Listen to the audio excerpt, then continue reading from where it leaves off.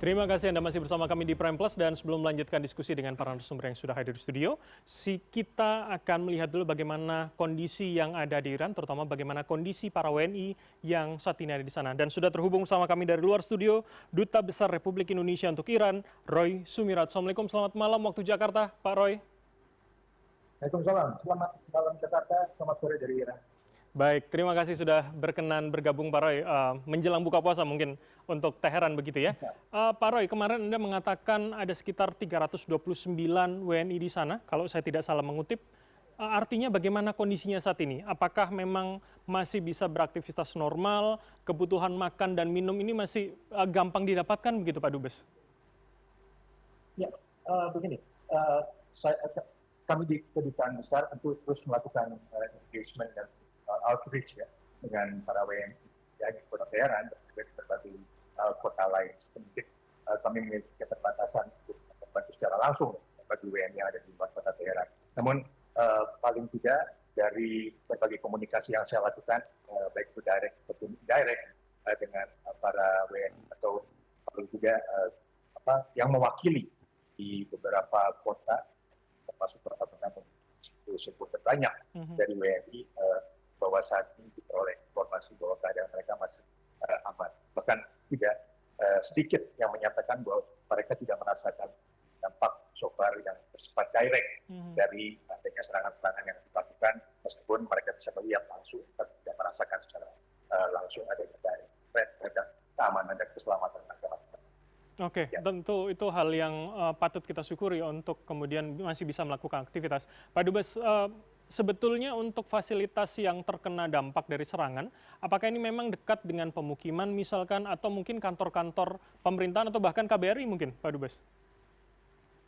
Ya, begini, kami juga mencoba melakukan assessment terhadap apa yang sudah terjadi selama 3 hari terakhir ini sejak berlangsungnya serangan pada pertama kali dari Israel itu pada hari Sabtu sekitar jam 9.45 pagi waktu Iran. Terdapat pola dan sudah saya laporkan pada Bapak Ketua Menteri mengenai pattern bahwa yang diserang baik itu di Teheran ataupun di luar kota Teheran itu hampir seluruhnya merupakan objek-objek khusus yang selama ini mungkin dikategorikan sebagai the so-called strategic target oleh pihak-pihak tertentu yang dianggap mungkin memiliki dampak langsung terhadap pemerintah. Oke, jadi semacam objek vital yang jauh kemudian dari kebutuhan publik sipil begitu ya, Pak Dubes ya? Memang we are talking about a big city ya, terutama Teheran dan juga big country itself, Iran itu. Jadi kadang-kadang ada tempat-tempat strategis yang tidak tertutup kemungkinan berdekatan dengan pemukiman masyarakat sipil, dan oleh karena itu kami mencoba sebisa mungkin untuk tetap melakukan komunikasi dan meminta teman-teman WNI juga rajin sharing keadaan pada kami. Mungkin kadang-kadang terdengar seperti broken record, sudah kami tidak menghubungi rewel, tapi itu mau tidak mau tentunya harus dilakukan bersama karena yang dilakukan paling baik itu adalah memastikan keselamatan keamanan mereka. Oke, komunikasi berkala begitu ya. Jadi artinya kalau secara, saya ingin lebih dalam begitu rasanya, secara psikologis bagaimana WNI di sana? Apakah memang rasa kekhawatiran, kepanikan terlihat, ataukah kemudian ada keinginan-keinginan untuk bisa juga meninggalkan Iran dan Teheran misalkan, Pak Dubes? Ya, memang tentunya preferensi ataupun psychological status dari masing-masing orang itu tentu akan berbeda-beda. Sehingga kami juga mencoba untuk selalu mencari yang menjadi pattern-nya saja dulu ya. Mana yang lebih banyak pada saat seperti yang saya sampaikan tadi bahwa fakta banyaknya WNI yang menyatakan kepada kami bahwa saat lokasinya masing-masing masih bisa secara sehari-hari ada pembatasan kegiatan, paling tidak itu menunjukkan bahwa ada ada semacam generic situation saat situasi masih bearable. Apalagi hal ini juga ditunjang oleh adanya situasi umum di mana barang-barang kebutuhan sehari-hari masih tersedia, masuk bakat, masuk listrik itu relatif masih menunjang kebutuhan sehari-hari. Memang yang menjadi catatan khusus adalah masalah komunikasi, karena ada pembatasan atau memang ada kerusakan teknis yang menyebabkan seringkali terjadi adanya gangguan komunikasi yang menyebabkan kami tidak bisa melakukan komunikasi secara normal, khususnya secara internet-based atau database communications. Untungnya ada platform-platform lain, komunikasi internal di Iran, ataupun juga komunikasi melalui telepon normal, telepon handphone biasa antar Iran itu masih berfungsi normal, sehingga kami dapat melakukan pengecekan dari waktu ke waktu. Oke, Pak Dubes, jadi artinya pembatasan atau keterbatasan komunikasi ini antara WNI yang ada di sana, termasuk teman-teman KBRI, atau kemudian untuk keluar dari Iran komunikasinya, bahwa apakah para WNI ini bisa menghubungi keluarganya di Indonesia, memberikan kepastian keselamatan mereka, begitu Pak? Mungkin saat kasus yang kami temui lebih ke komunikasi lintas negara, karena itu terkait langsung dengan banyaknya juga permintaan kepada kami yang kami pantau dan kami coba bantu dari keluarga-keluarga WNI yang ada di Iran, yang sekarang ada di luar Iran, mencoba menghubungi keluarga di Iran. Kami sebisa mungkin mencoba memfasilitasi tersebut. Paling tidak melokate, kalau memang ada WNI terdata resmi dan ada nomor telepon, data alamat rumah segala macam lengkap, itu memudahkan kami untuk mengecek keadaan dan mengkomunikasikan kepada teman-teman. Oke, jadi artinya pendataan dan advokasi itu juga dilakukan untuk keluarga para WNI yang di Indonesia, begitu ya? Yang pasti dalam berbagai kesempatan terpisah saya selalu menyampaikan bahwa hotline, nomor telepon KBRI ataupun Kementerian Luar Negeri dengan dapat dicek website Kemlu atau website KBRI. Oke. Mungkin menanyakan, menyampaikan sekiranya terkait keluarga yang ada di daerah. Baik, Pak Roy, dalam analisa KBRI, akankah kemudian eskalasi semakin membesar dan apakah kami sebagai warga Indonesia di Indonesia tentunya itu bisa mendapatkan kepastian bahwa KBRI pun memiliki plan bahwa ketika eskalasi meningkat akan ada mungkin semacam pemulangan teman-teman di sana, atau bagaimana mekanismenya untuk bisa menenangkan kami yang ada di sini, Pak? Ya, begini. Sebetulnya semua rencana termasuk contingency plan itu sudah dirumuskan sejak lama, dan yang paling akhir itu sudah di-update lah pasca perang 12 hari yang terjadi bulan Juni. Makanya KBRI tiga hari terakhir serangan yang paling besar secara intensif dengan segala macam keterbatasan. Namun demikian, when it comes to the issue of kemungkinan adanya upaya lain, evakuasi segala macam, itu merupakan sebuah keputusan yang bersifat policy yang akan diambil oleh kantor pusat di Jakarta dan lagi dan akan dilakukan melalui pertimbangan yang sangat matang berdasarkan berbagai macam aspek yang dipertimbangkan, baik itu masalah politik, masalah keamanan, keselamatan, segala sesuatunya akan dipertimbangkan secara matang. Karena ujung-ujungnya yang akan diupayakan adalah memberikan upaya perlindungan secara maksimal. Jangan sampai apa yang diambil itu justru backfire atau justru beat the purpose. Karena keputusan yang diambil cepat belum tentu keputusan yang paling cepat. Oke, harus secara cermat juga dilakukan analisanya dan disampaikan pada publik. Baik, terima kasih Pak Dubes untuk bisa selalu menyampaikan update kepada kami. Mungkin nanti kami akan menghubungi Anda lagi untuk bisa memperbarui bagaimana kondisi di sana. Terima kasih, selamat malam Pak Dubes. Terima kasih. Baik, dan kami masih akan melanjutkan, dan seperti di segmen sebelumnya tadi, saya sudah menanyakan bagaimana sosial media, saya masih akan melanjutkan dan lebih mendalami lagi, masih bersama dengan analis senior dari Drone Emprit, Mas Rizal Nova Mujahid. Mas Nova, saya persilakan Anda ke depan. Kita akan bahas, tadi Anda sudah men-spill sedikit, membuat saya penasaran sebetulnya kalau ada kluster-kluster begitu ya, sebetulnya kita ada netizen yang setuju, ada netizen yang tidak, ada yang kemudian mengikuti sejarah panjang atau dinamika politik, sebetulnya seperti apa di media sosial? Bahkan ada juga yang berbahagia Mhm. dengan meninggalnya Ali Khomeini. Oke, oke. Itu termasuk Jadi, salah satu klaster termasuk ini ya, salah satu klaster ya. respon. Jadi kalau kita lihat argumentasi berbagai macam percakapan di media sosial, terutama ketika melihat serangan terhadap Iran, argumentasi yang sangat kuat adalah argumentasi berbasiskan agama. Yang kedua argumentasi berbasiskan pada kemanusiaan, sisi-sisi kemanusiaan. Lalu yang ketiga baru argumentasi yang dilandaskan pada undang-undang dasar kita. Oke. Jadi kalau itu percakapan-percakapan yang paling banyak. Undang-undang dasar ini amanat pembukaan Amanat undang-undang dasar pembukaan, ya? ya betul, amanat. Tentang menciptakan perdamaian dunia, tentang Indonesia harusnya tidak diam ketika ada negara lain yang membuli Oke. negara lain kayak gitu. Hal-hal seperti itu yang paling banyak disampaikan. Jadi 3 argumentasi itu yang paling banyak dikemukakan oleh publik di media sosialnya. Kalau kita lihat datanya, yang paling banyak, percakapan paling banyak itu memang terjadi di Twitter. Karena Twitter bentuknya teks dan juga publik langsung menyampaikan argumentasinya di sana. Berbeda dengan di kanal-kanal media sosial lainnya. YouTube, Instagram, dan TikTok lebih banyak berupa amplifikasi dari apa yang terjadi saat ini, kondisi saat ini di Teheran, di Irak.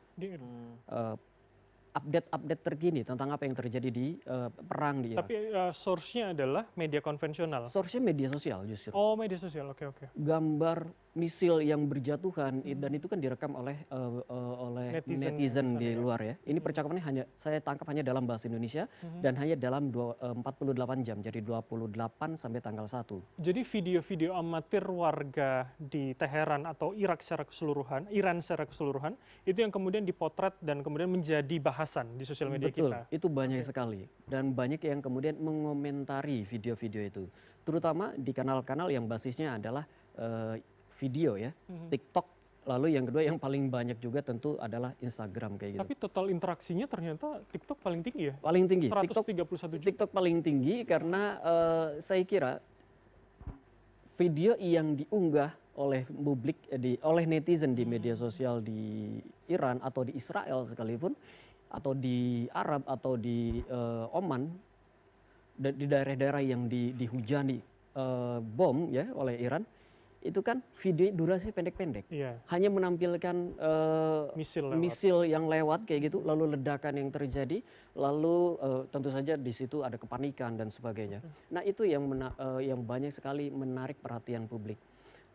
Kalau kita lihat komentar-komentarnya di TikTok, memang lebih banyak yang mengharapkan agar konflik ini tidak berlarut-larut, karena pasti korbannya siapapun itu manusia dan mereka adalah saudara kita gitu.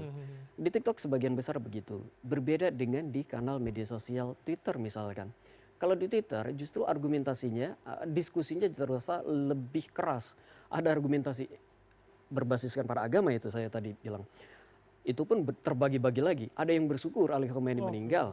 Ada yang menyayangkan kenapa Amerika menginvasi Iran. Ada yang menyayangkan juga kenapa Indonesia diam. Basisnya pada agama gitu, argumentasi agama. Itu berarti lebih banyak dari 3 klaster yang Anda sebutkan di awal tadi ya? Betul.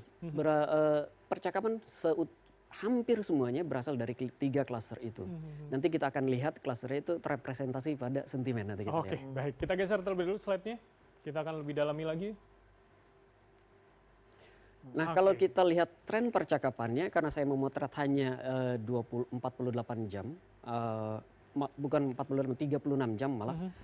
Jadi dari tanggal 28 Februari sampai 1 Maret kemarin.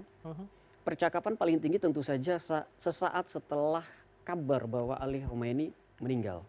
Langsung percakapan meninggi dan publik langsung melihat ini adalah sesuatu yang berisiko dalam jangka pendek maupun dalam jangka panjang.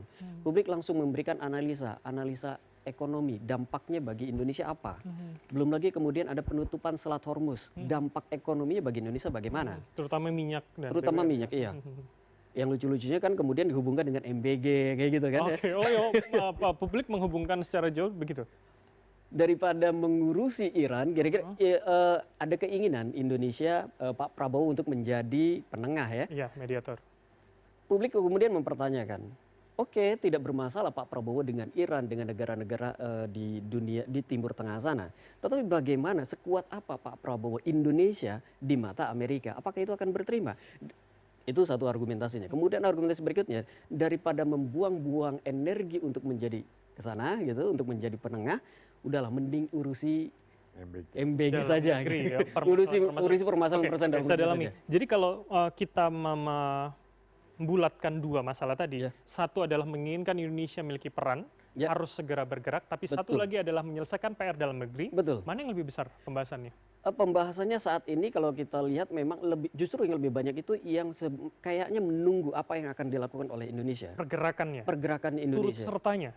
Iya, akan apa yang akan dilakukan oleh Indonesia. Sepertinya Oke. itu yang paling banyak dilakukan oleh netizen. Kalau lihat komentar-komentarnya, percakapan-percakapannya, Indonesia mau melakukan apa?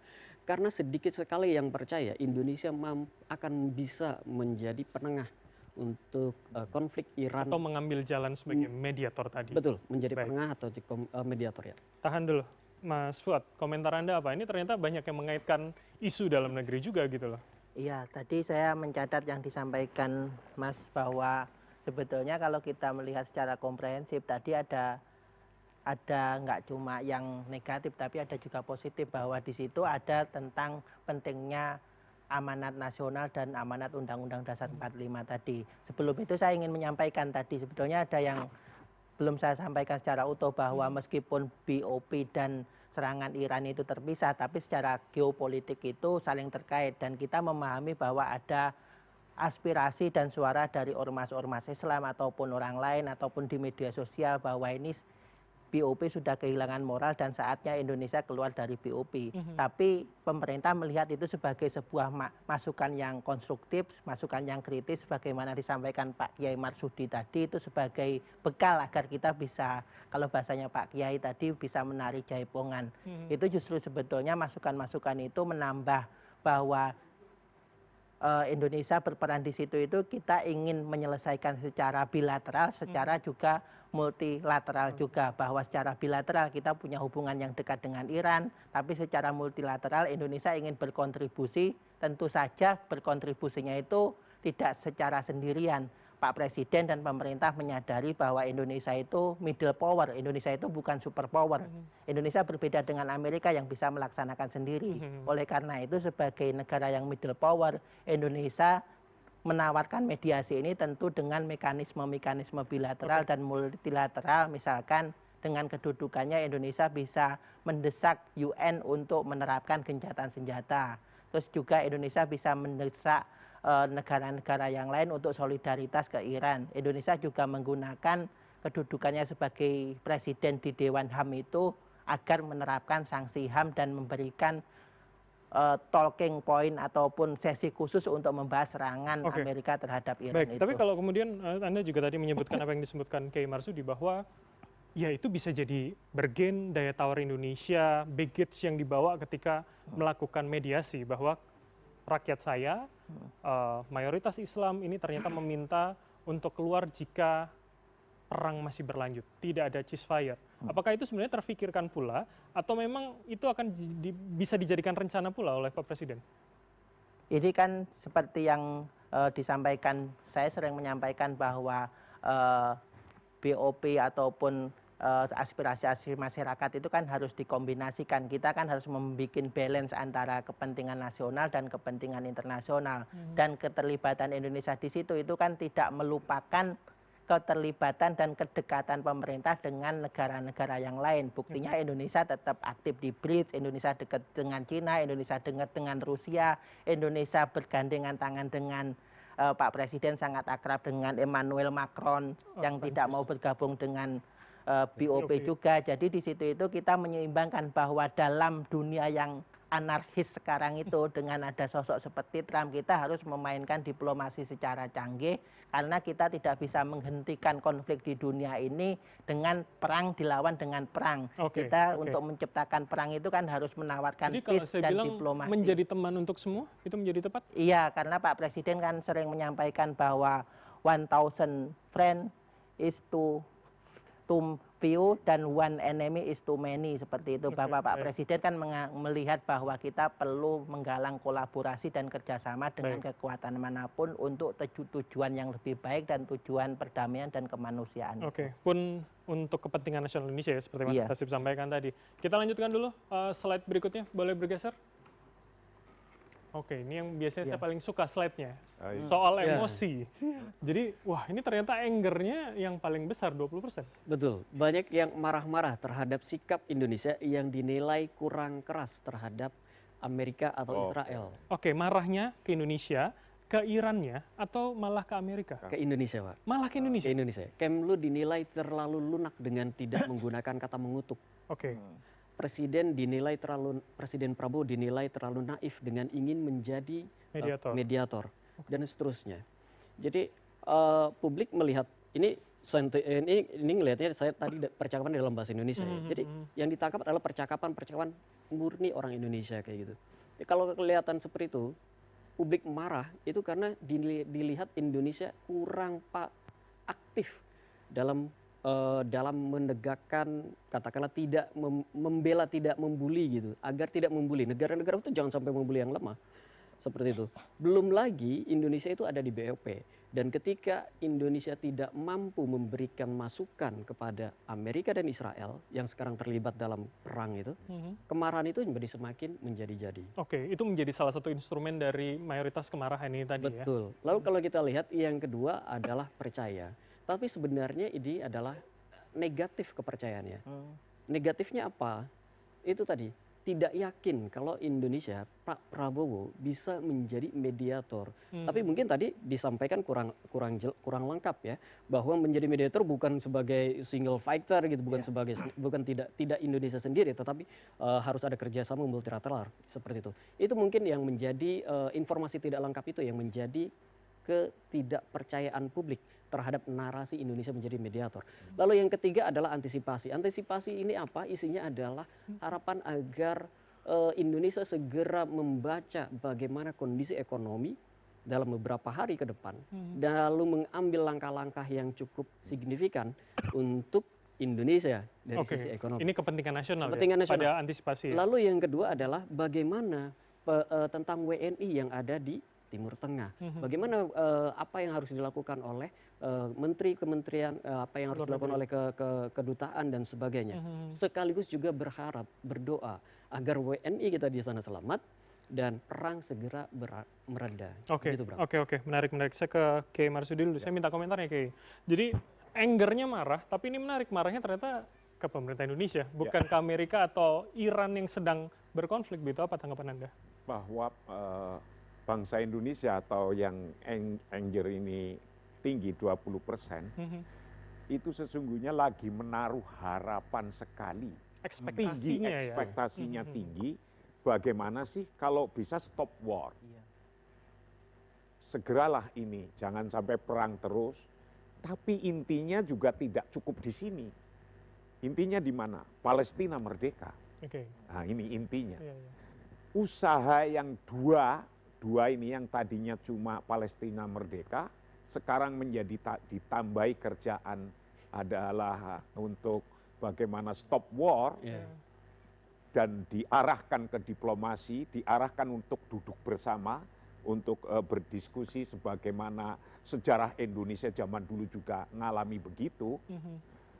Keinginan yang sangat tinggi inilah sesungguhnya yang diharapkan pemerintah kalau bisa totalitas, kalau bisa 100% kerja untuk itu, yang hasilnya juga 100%. Begitu harapannya saya juga ya, harapannya yang lain juga pasti begitu. Sebetulnya mayoritas organisasi Islam yang ada di MUI juga berharap begitu, Pak? Ya harapannya kan begitu. Bagaimana sih Palestina biar merdeka, perangnya juga berhenti. Lah, yang semacam ini harapannya saya yakin tidak hanya Indonesia, karena yang kena dampak dari peperangan ini banyak negara.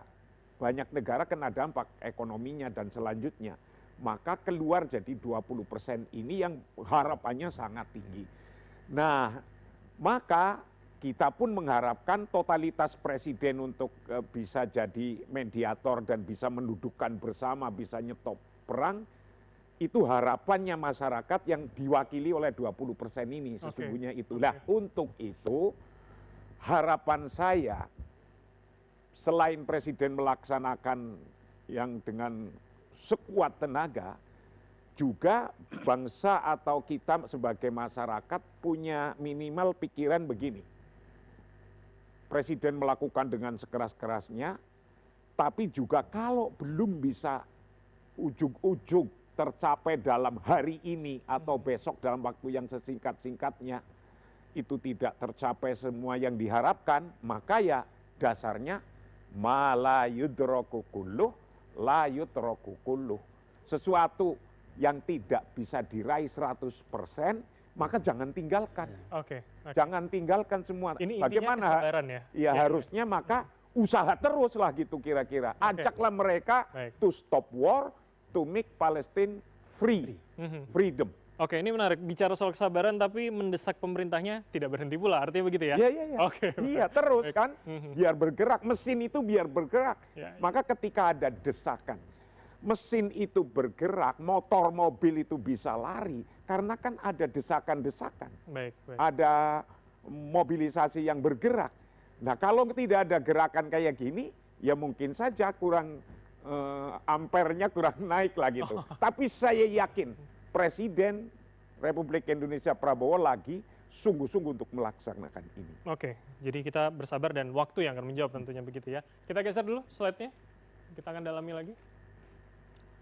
Nah, ini tadi Anda sudah spill sedikit soal sentimen. Apa yang bisa kita baca di sini, Mas? Kalau dilihat, Bram, sentimen positif, negatif, dan netral ini sebenarnya untuk isu sepenting ini cukup merata ya. Cukup netralnya 28, tidak berbeda jauh dengan positif yang 29. Negatif yang 41 tadi itu ya, karena betul sekali isinya adalah harapan yang tidak terpenuhi, harapan yang tidak bisa dijawab oleh pemerintah pada saat ini kayak gitu. Tentu saja situ besar sekali harapan publik. Tetapi kalau kita lihat argumentasi-argumentasi yang berbicara argumentasi yang disampaikan oleh netizen berbicara tentang konflik di sana, sebagian saya sampaikan tadi, sebagian yang bersyukur itu kira-kira adanya di bagian yang netral tuh. Oke, itu bersyukur atas meninggalnya Ali Khamenei. Iya. Melihat Iran bukan sebagai wajarlah Iran diperlakukan seperti itu karena dia membuli, disampaikan juga Iran itu sering membuli negara-negara di Timur Tengah. Ali Khamenei adalah pemimpin yang bukan Islam. Kira-kira seperti itu. Bahkan Iran sendiri juga bukan Islam. Kira-kira percakapan itu banyak sekali terjadi di sana, di 28,8%, meskipun tidak sebetulnya itu ya. Selain itu adalah unggahan-unggahan kondisi terkini yang terjadi di Teheran. Kira-kira yang terjadi di Iran maksud saya, kira-kira itu yang banyak disampaikan oleh publik. 29 sisanya berbicara tentang bagaimana Indonesia ke depan, apa yang harus dilakukan Indonesia ke depan. Menyampaikan gagasan, menyampaikan ide, menyampaikan saran, ini loh yang harus dilakukan pemerintah ke depan dan seterusnya. Jadi meskipun kritik ada di dalamnya, tetapi saya kira lebih banyak harapan-harapan di situ. Kepercayaan pada pemerintah 29,6%. Oke, 29,6. Jadi artinya ekspektasi yang tinggi begitu ya? Ekspektasinya tinggi di 41, sekian persen. Menarik, Mas Hasib. Saya ke Anda. Singkat saja sebetulnya untuk segmen ini. Jadi menurut Anda ketika Anda punya ide tadi kuartet, ada Oman, ada Turki, ada Rusia kemudian. Seberapa Indonesia paling tidak di 3 negara lain ini punya daya tawar, punya positioning untuk mengajak mereka duduk bersama sebagai mediator kalau saya membayangkan ide Anda? Ya, berarti nggak ada kaitan dengan angka-angka ini ya. Iya, tapi artinya begini, ekspektasinya tinggi bahwa pemerintah bisa melakukan. Saya sambungkan bahwa seberapa itu mungkin kemudian dengan mengajak negara-negara lain tadi. Iya, sebenarnya kalau kita lihat dari jam terbang dan cara komunikasi Pak Prabowo yang sudah terbangun dengan negara-negara ini, maka itu sangat realistis menurut saya. Misalkan Pak Prabowo sudah sangat baik hubungannya sama Erdogan.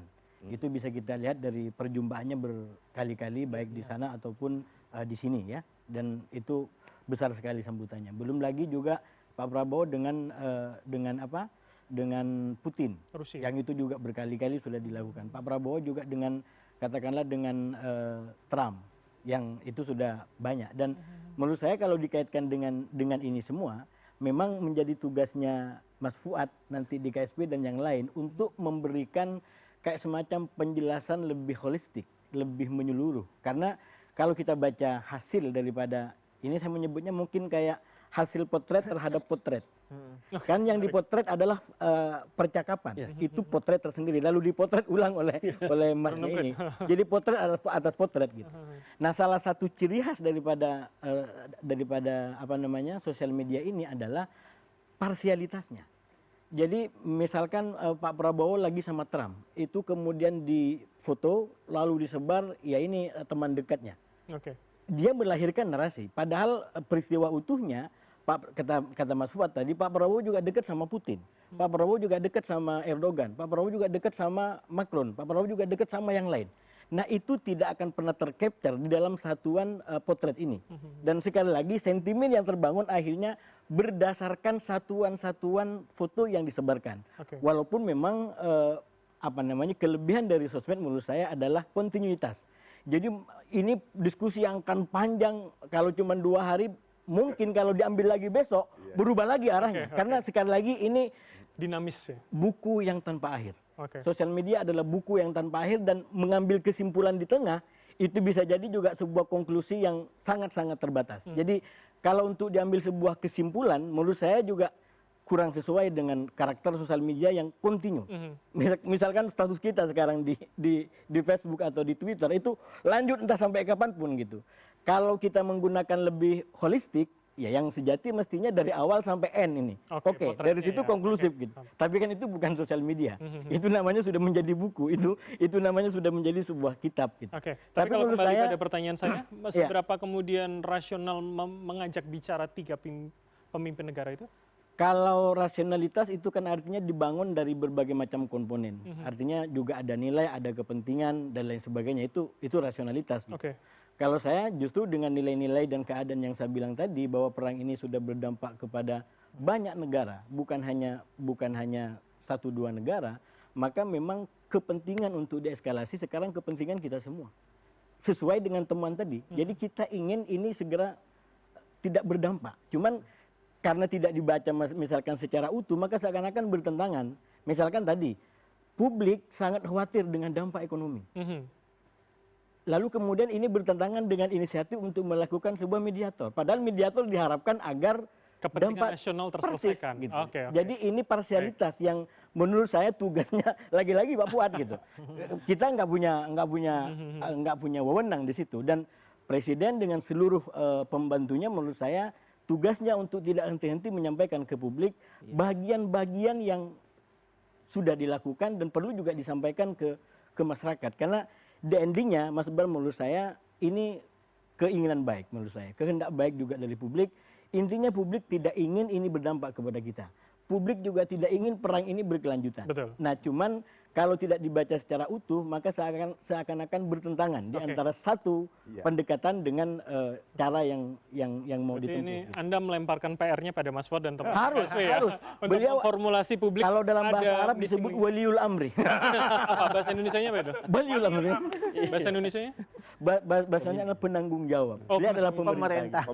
Oke, baik. Kami masih akan melanjutkan, dan di segmen selanjutnya nanti tidak hanya saya yang bertanya, tapi saya akan persilakan Anda untuk bisa meninggalkan pertanyaan dan juga pernyataan terhadap isu yang sedang kita bahas, dan akan saya sampaikan kepada para narasumber. Untuk itu tetaplah bersama kami di Prime Plus.